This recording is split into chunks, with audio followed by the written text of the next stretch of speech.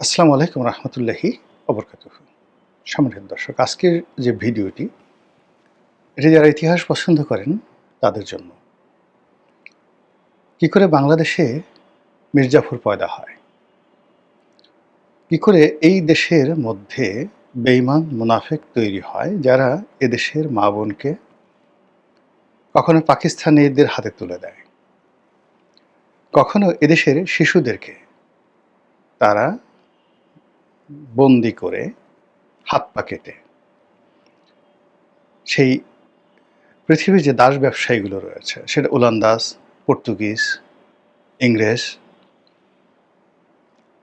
এরকম কি এই যে যাদেরকে বলা হয় যে সেই ভাস্কর পণ্ডিত, বিখ্যাত ডাকাত বর্গী, সেই বর্গী তাদেরকে সে বিক্রি করে দিত। এই আমাদের দেশের দেয়ার আর ম্যানি ম্যানি এজেন্ট। এখন আমাদের দেশের বহু মানুষ আছে যারা আদম পাচারের সাথে জড়িত। এদেশের অনেক শিশুদেরকে তারা পাচার করে। কেউ হলো এই শিশুদেরকে নিয়ে যৌনদাস বানায়, যৌনদাসী বানায়। কেউ আবার এই শিশুদের কিডনি, চোখ, অঙ্গ প্রত্যঙ্গ, রগ, বিভিন্ন জিনিস সেগুলো কুচি কুচি করে কেটে বিদেশের বিভিন্ন যারা এই মেডিকেল ইকুইপমেন্ট ব্যবসা বাণিজ্য করে কালোবাজারে, তাদের কাছে বিক্রি করে। আমাদের এই ঢাকা শহরে তো অনেক যাকে বলা হয় নৃশংস গ্রুপ রয়েছে যারা এই বিভিন্ন জায়গা থেকে শিশুদেরকে অপহরণ করে তাদের অনেককে তারা খাসি বানিয়ে ফেলে, মানে হিজড়া বানিয়ে ফেলে, হাত পা ভেঙে অপারেশন করে। আপনি কি দেখবেন যে অনেক লোক একেবারে 4টা হাত পা নেই, হাতের গোড়া থেকে কাটা, দু হাতের গোড়া থেকে কাটা, দু পায়ের গোড়া থেকে কাটা। জাস্ট এই ভিক্ষা করছে দেখলেই আপনার মনে হবে একে কিছু উপকার করি, কিন্তু কিভাবে এটা হলো সে আপনি জিজ্ঞাসা করলে সে বলতে পারবে না। ওকে ওইভাবেই তৈরি করা হয়েছে এবং এটার একটা বিরাট গ্যাং আছে এই শহরে, যারা এই ভিক্ষাবৃত্তিকে কেন্দ্র করে অপরাধ জগতের একটা বিরাট গ্রুপ তৈরি করে ফেলেছে। এই যে যারা আমাদের তৃতীয় লিঙ্গ আমরা যাদেরকে বলি, তাদেরকে কেন্দ্র করে একটা এই আমাদের মতো লোকদের একটা বিরাট গ্যাং রয়েছে। ভদ্রবেশী, হয়তো দেখবেন যে ধর্মকর্ম করে, কিন্তু তাদের কাজই হলো এরকম তৃতীয় লিঙ্গের লোক তৈরি করা, লালন করা, পালন করা, তাদের মাধ্যমে সন্ত্রাস তৈরি করে একটা অপরাধ জগৎ গড়ে তোলে। এই মানুষগুলো একেবারে সবাই আমাদের সমাজে বসবাস করা এক শ্রেণীর দুর্বৃত্ত। আর এই দুর্বৃত্তদের মধ্যে যাদের রাজনৈতিক ক্ষমতার বেশি, যাদের রাজনৈতিক কোয়ালিটি রয়েছে, রাজনীতির যাকে বলা হয় নেতৃত্বে দেওয়ার কোয়ালিটি রয়েছে, but in a bad sense. নেতৃত্বে দুটো রয়েছে, একটা হলো ইতিবাচক আর একটা হলো নেতিবাচক। যুদ্ধের ময়দানে মোহনলাল যেভাবে আছে, মির্জাফরও তো আছে,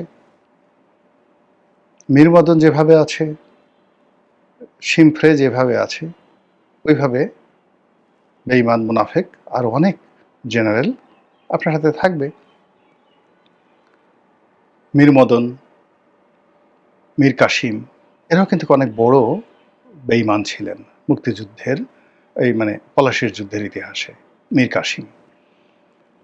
তো যাই হোক, এনিওয়ে, আমাদের এই বাংলাদেশের যে স্বাধীনতা, সার্বভৌমত্ব, এই সার্বভৌমত্ব বিভিন্ন সময় কখনো আমেরিকার কাছে, কখনো রাশিয়ার কাছে, কখনো চীনের কাছে, কখনো ভারতের কাছে এইভাবে বস্তা বন্দি করে এই বাংলাদেশের হাত পা লুলা করে, বাংলাদেশকে পঙ্গু করে, বাংলাদেশের একেবারে সর্বস্ব লুট করে, এটিকে একটা জড় পদার্থ বানিয়ে, মূল্যহীন একটা জিনিস বানিয়ে বস্তায় ভরে এই বাংলার অনেক কুলাঙ্গার রয়েছে, যে কুলাঙ্গাররা ব্যাগ ভর্তি করে নিয়ে দিল্লিতে ঘুরে বেড়ায়।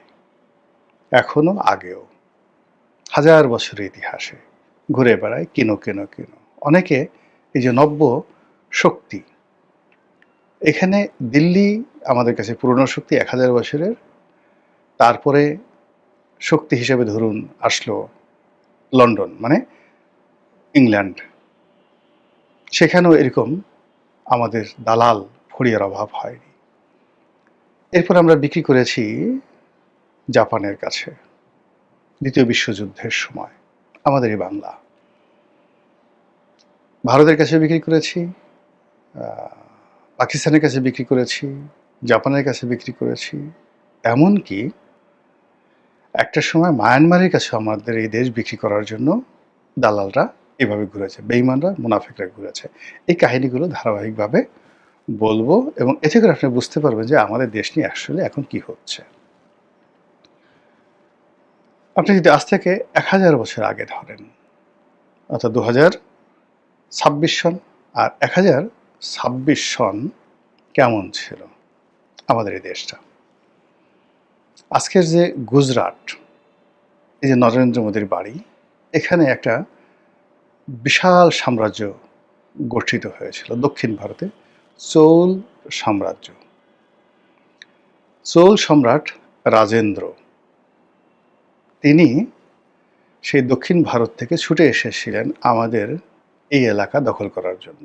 এই প্রথম দক্ষিণ ভারতের কোনো সম্রাট আমাদের এই জায়গায় এলেন, অর্থাৎ এই বাংলা, বিহার, উড়িষ্যাতে এলেন। কেন এসেছিলেন জানেন? এই যে এটাকে বলা হয় আমাদের উপমহাদেশের একমাত্র পানি যুদ্ধ, পানি নিয়ে যুদ্ধ। অর্থাৎ এই যে গঙ্গার যে প্রবাহ, এই প্রবাহটাকে তিনি ফিরিয়ে দিতে চাচ্ছিলেন অন্যদিকে।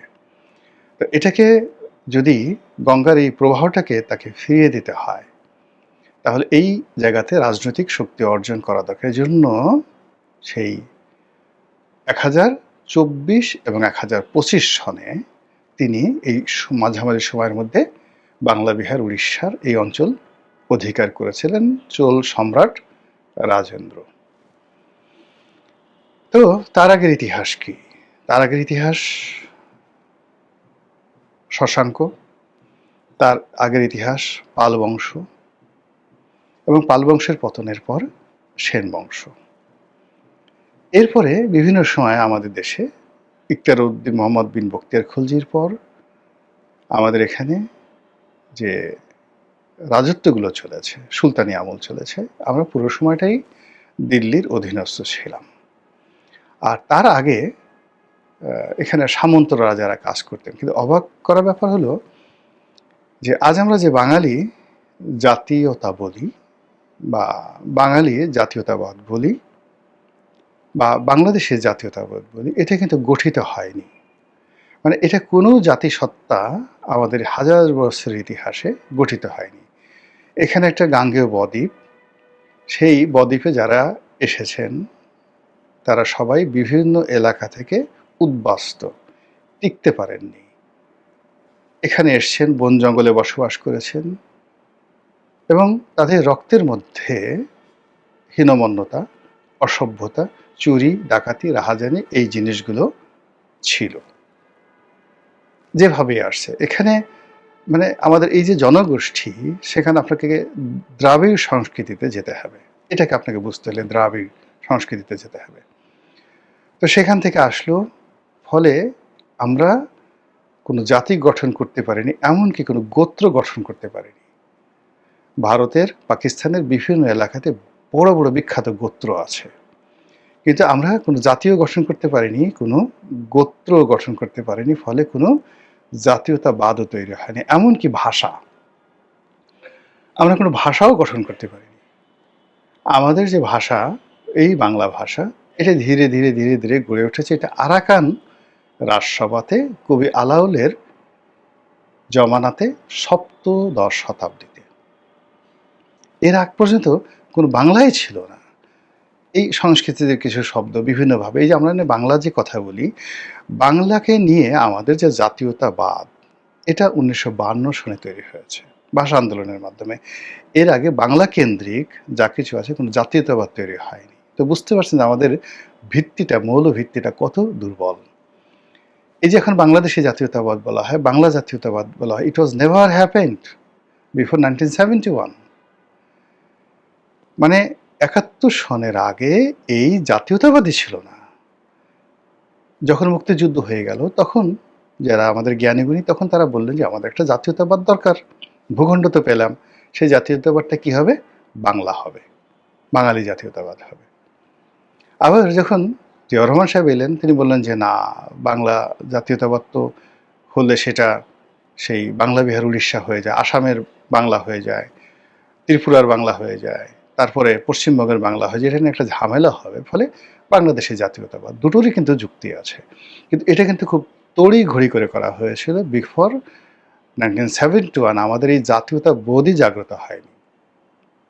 আমাদের শুধু রাজনৈতিক অধিকার চেয়েছি, আমরা স্বায়ত্তশাসন চেয়েছি। কিন্তু একটা ভাষার ভিত্তিতে একটা রাষ্ট্রের ভিত্তিতে একটা জাতীয়তাবাদ, এটা যদি আপনাকে বুঝতে হয়, তাহলে আপনাকে অ্যাংলো স্যাক্সন, যেটা ইংল্যান্ডে যে জাতীয়তাবাদ গড়ে উঠেছিল, সেটা বুঝতে হবে। আপনাকে বুঝতে হবে যে রেড ইন্ডিয়ান জাতীয়তাবাদ। আপনাকে বুঝতে হবে প্যান আরব জাতীয়তাবাদ। আপনাকে বুঝতে হবে চৈনিক জাতীয়তাবাদ। আপনাকে বুঝতে হবে পার্সিয়ান জাতীয়তাবাদ, অ্যাংলো ইউরোপিয়ান জাতীয়তাবাদ বুঝতে হবে। আদারওয়াইজ আপনি বাংলা এবং বাংলাদেশি জাতীয়তাবাদ গড়তে পারবেন না। মহাত্মা গান্ধী যখন এলেন, তখন তিনি প্রথম যেটা করতে পেরেছিলেন সেটা হলো ভারতীয় জাতীয়তাবাদ, দ্য ইন্ডিয়ান ন্যাশনালিজম। অথচ ভারতবর্ষের ইতিহাসে ভারত যে শব্দটি, এই শব্দটিকে ধারণ করে ইন্ডিয়ান ন্যাশনালিজম বা ভারতীয় জাতীয়তাবাদ, এটা ভারতের 5,000 বছরের ইতিহাসে তৈরি করতে পারেনি। যেটা মহাত্মা গান্ধীকে কেন ফাদার অব দ্য নেশন বলা হয়, তিনি প্রথম এই 5,000 বছরের ইতিহাসে ভারতকে একটা ন্যাশনালিজমে দাঁড় করিয়েছেন। তার প্রেক্ষিতে স্বাধীনতা যুদ্ধ হয়েছে, স্বাধীনতা লাভ হয়েছে, স্বাধীনতার আন্দোলন হয়েছে, what ever maybe, he is the father of nation. কিন্তু রামকে কিংবা ভারতকে ভারতের ফাদার অব দ্য নেশন বলা হয় না, কিংবা পঞ্চপাণ্ডবকে ভারতের জাতির পিতা বলা হয় না। ভারতের অন্য কেউ এই ন্যাশনালিজমটা জাগ্রত করতে পারেনি। তো সেই ন্যাশনালিজম যে জাগ্রত করে, সেই আসলে জাতির পিতা হয়। সম্রাট আকবরকে ভারতের জাতির পিতা বলা হয় না। হি দ্য ফাইনেস্ট এভার, যাকে বলা হয় আমরা ওয়ার্ল্ড এভার হ্যাজ সিন। এরকম পৃথিবীতে মানে খুব অল্প কয়েকজন সম্রাট যাদের মধ্যে আছেন, তিনি সম্রাট আকবর। বা শিবাজির কথা নিয়ে ভারত এখন খুব বলছে, কিন্তু শিবাজিকে কি আপনি বলেন তো, নরেন্দ্র মোদীকে বলেন তো শিবাজিকে জাতির পিতা বানান, সমস্ত ভারত বিভক্ত হয়ে পড়বে। এর কারণ হলো সে ভারতীয় জাতীয়তাবাদকে করেন, সে হিন্দুয়ানা করেছে, একটা ধর্মকে সে নিয়ে ব্যবসা করার চেষ্টা করেছে। তদ্রূপ বাঙালিকে যদি আপনি খুঁজতে যান, তাহলে এই বাঙালি জাতীয়তাবাদ কে তৈরি করেছিল? এটা এই দুজন লোককে, আপনি বঙ্গবন্ধু এবং জিয়াউর রহমান, এই দুজনকে তারা এই জাতীয়তাবাদটাকে তারা সামনে নিয়ে এসেছিল। অথচ আপনি আবুল হাশিম, তাদের চেয়ে অনেক জ্ঞানী আবুল হাশিম ছিলেন, হোসেন শহীদ সোহরাওয়ার্দী ছিলেন, বাংলাদেশে আরও শেরে বাংলা একটা ফজলুল হক ছিলেন, কিন্তু তারা কেউ বাঙালি জাতীয়তাবাদটাকে বা বাংলাদেশের জাতীয়তাবাদটাকে ধারণ করতে পারেনি। ফলে জাতি গঠন হয়নি। আবার এই যে 1757 সালে পলাশীর যে প্রান্তর, যা কিছু হলো, তখনও বাঙালি জাতি ছিল না, বাঙালি জাতীয়তাবাদ ছিল না। বাংলা, বিহার, উড়িষ্যা এটা রাষ্ট্রসত্তা ছিল। তো যেটা বলছিলাম, সেই যে আগের আমল থেকে যেটা হলো যে আপনি আর আমরা একটা রাষ্ট্র গঠন করতে পারিনি, আমরা একটা জাতি গঠন করতে পারিনি, আমরা একটা ভাষা গঠন করতে পারিনি। আমাদের এই ভাষার ভিত্তিতে 52 সন থেকে খুব অল্প সময় গঠিত হয়ে আসছে। ফলে কি হলো, আমাদের যে মির্জাফরদের ইতিহাস, এই দেশ বিক্রি করার ইতিহাস, সত্যি করতে বাঙালিদের মধ্যে যারা বাঙালি, এটা আপনাকে ধরতে হবে 1971 থেকে, মুক্তিযুদ্ধ থেকে।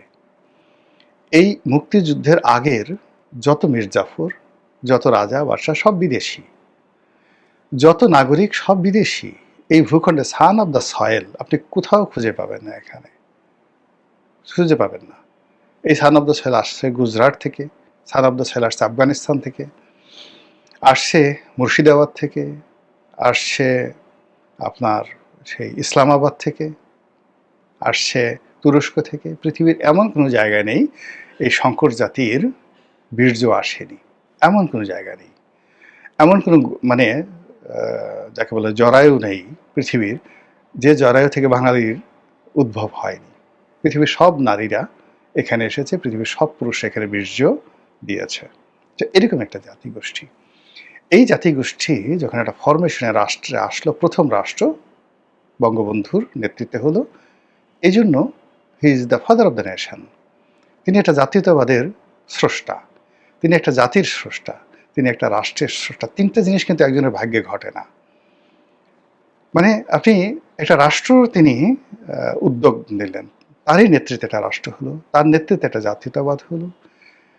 তিনি একটা ভাষার ভিত্তিতে, একক একটা ভাষার ভিত্তিতে একটা রাষ্ট্রসত্তার জন্ম দিলেন। এসে একটা অসাধারণ ইউনিক, আপনি এটা কাউকে পাবেন না, তার সমপর্যায়ের কাউকে পাবেন না। তো এগুলো বাদ দিয়ে আমি যেটা বলছি যে সেই ৭১-এ যখন যুদ্ধ হলো, একটা গ্রুপ এই দেশটাকে পাকিস্তানের কাছে বিক্রি করতে চাইল। তা আগেও তারা বিক্রি করতে চাইল, কিন্তু ৭১-এ যখন যুদ্ধের সময়, তখন এই যুদ্ধের সময় যখন আমরা ঘুরছি ফিরছি, ওই সময়টাতে যারা এই দেশকে পাকিস্তানের কাছে বিক্রি করতে চেয়েছে, সেটা রাজাকার, আলবদর, আশামস কিংবা খন্দকার মুশতাক এন্ড গং, যারা মুক্তিযোদ্ধাদের মধ্যে লুকিয়েছিলেন, তাদের মতো পাপিষ্ট পাষণ্ড এই পৃথিবীর কোনো ইতিহাসে পাবেন না। আচ্ছা, এরপরে যে গ্রুপটি স্বাধীনতার পরে দিল্লির কাছে আমাদের স্বাধীনতা বিক্রি করতে চেয়েছিল, আওয়ামী লীগের যে অংশটি বিক্রি করতে চেয়েছিল, তারাও এই মির্জাফরের স্রষ্টা, ফাদার অব দ্য মির্জাফর বাংলাদেশে। এরপরে জিয়াউর রহমানের জমানা এলো, ওই সময়টাতে একটা অংশ দেশটাকে আবার পাকিস্তানের হাতে তুলে দেবে, আবার ভারতের কাছে তুলে দেবে। কেন ভারতীয় বাহিনী আসে না, কেন পাকিস্তান এখানে থাকতে পারবে না, এগুলো নিয়ে একটা বিভেদ হলো। ফলে জাতি গঠন আর যে প্রক্রিয়াটা শুরু হয়েছিল ৭১-এর মুক্তিযুদ্ধের মাধ্যমে, সেই জাতি আর গঠন হলো না, ভাষাটাও আর গঠন হলো না, জাতীয়তাবাদও গঠন হলো না, এবং টিল নাও এখন পর্যন্ত সেইভাবেই চলছে। আমরা এখনও মনে করছি যে আমাদের আরবি শেখা দরকার, উর্দু শেখা দরকার, তারপর আমাদের ইংরেজি শেখা দরকার, ফ্রেঞ্চ শেখা দরকার, স্প্যানিশ শেখা দরকার, হিন্দি শেখা দরকার, কিন্তু বাংলাটা যে খুব ভালো করে শেখা দরকার, এটা আমাদের কেউ বলছে না। আমাদের রাজনীতিবিদদেরকে আপনি যদি নির্ভুলভাবে ২ লাইন বাংলা লিখতে বলেন, বলতে বলেন, বাংলা ব্যাকরণ বলতে বলেন, তাদের রক্তবমি হয়ে যাবে।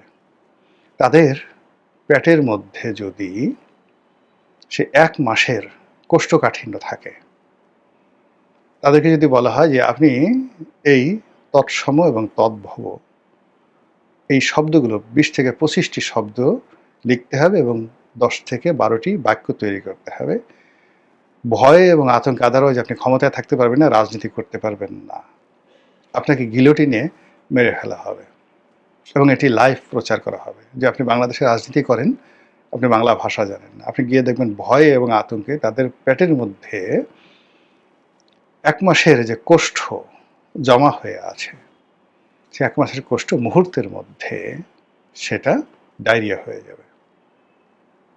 এই হলো বাংলা ভাষা। ইতিহাস বলতে বলেন, তারা সবকিছু তাদের মুখ দিয়ে বের হবে, কিন্তু ইতিহাস বের হবে না। ইতিহাস ছাড়া তো রাজনীতি হয় না। বুঝতে হলে আপনাকে ইতিহাস জানতে হবে। আর এই ইতিহাস না জানার কারণে কি হচ্ছে, মানুষ ক্ষমতা পাওয়ার সঙ্গে সঙ্গে ঈমান হারিয়ে ফেলে। মানুষ ক্ষমতা পাওয়ার সঙ্গে সঙ্গে মীর জাফর, জগৎ শেঠ, রায়দুল্লভ হওয়ার জন্য পাগল হয়ে যায়। একটা ছোট্ট উদাহরণ দেই। জেলখানাতে মানে অনেক ঘটনা ঘটে। আমাকে একদিন তারেক রহমান সাহেবের খুব ঘনিষ্ঠ বন্ধু গিয়াসউদ্দিন আল মামুন, তিনি বলছিলেন এই কাহিনী। তো আমি যে রুমে ছিলাম সেই রুমটিতে একসময় সালমান এফ রহমান সাহেব ছিলেন, তারপর প্রয়াত নাসিম সাহেবও ছিলেন, সালাউদ্দিন কাদের চৌধুরী সাহেব যে রুমটাতে ছিলেন কাশিমপুর কারাগারে, আমি ঠিক সেই রুমটাতে ছিলাম। তো সালমান এফ রহমান সাহেব সম্পর্কে গিয়াসউদ্দিন আল মামুনের যে বক্তব্য, তিনি বললেন যে তিনি জেলখানায় ঢুকে 1/11-এর সময় ভীষণ রকম অনুতপ্ত ছিলেন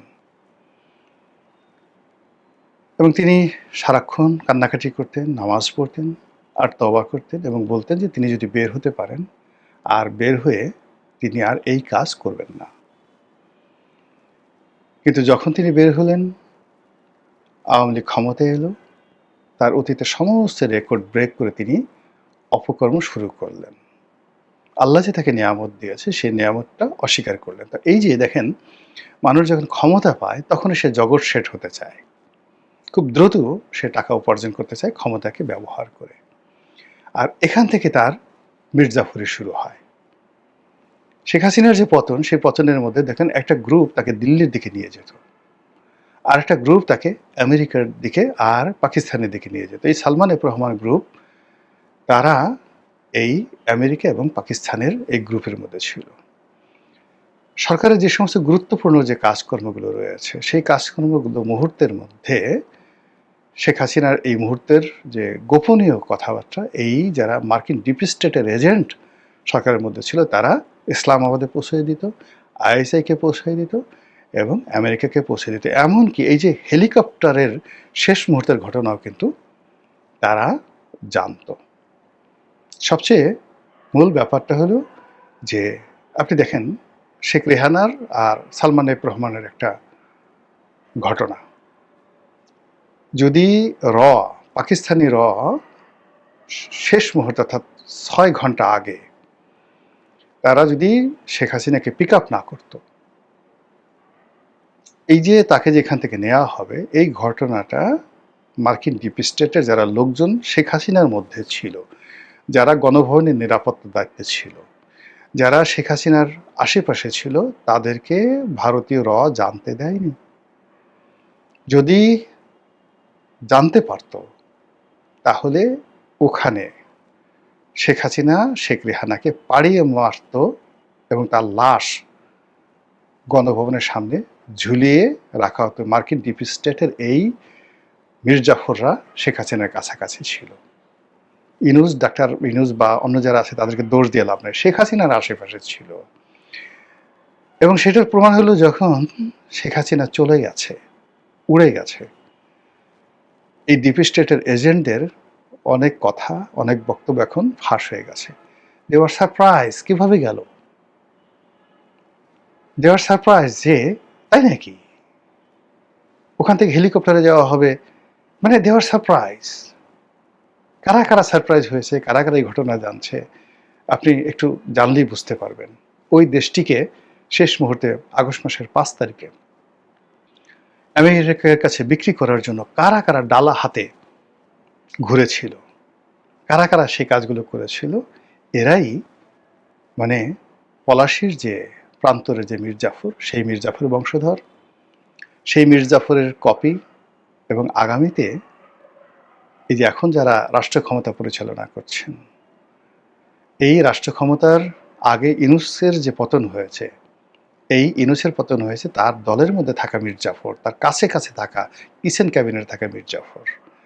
আবার এখন বর্তমানে যে তারেক রহমান সাহেব আছেন, তাকেও জানতে হবে যে কি করে বঙ্গবন্ধুর ক্যাবিনেটে থেকে, কি করে জিয়াউর রহমানের ক্যাবিনেটে থেকে, এরশাদের ক্যাবিনেটে থেকে, কিচেন ক্যাবিনেটে থেকে একেবারে তাদেরকে জেলখানায় ঢুকানো, তাদেরকে মৃত্যুর আজরাইলের হাতে তুলে দেওয়া, ওই পুরো আয়োজন করে তারপরে তারা ক্ষান্ত হয়েছে। একইভাবে বর্তমান যারা আছেন তাদের মধ্য থেকে যদি তারেক রহমান সাহেব মির্জাফর চিনতে না পারেন, তাহলে অতীতের মতো তাকেও নির্মম পরিণতি ভোগ করতে হবে। আর অ্যাটলিস্ট যদি তার দেশি বিদেশি বন্ধু থাকে, শেষ মুহূর্তে 6 ঘন্টা আগে হইলেও তাকে উদ্ধার করতে পারবে। History repeat itself. ইতিহাস বারবার শুধু ঘুরে আসে, ফিরে আসে এবং এইভাবে ঘটনা ঘটতে থাকে। মহান আল্লাহ আমাদের সবাইকে হেদায়েত দান করুন এবং হেফাজত করুন। আসসালামু আলাইকুম ওয়া রাহমাতুল্লাহি ওয়া বারাকাতুহু।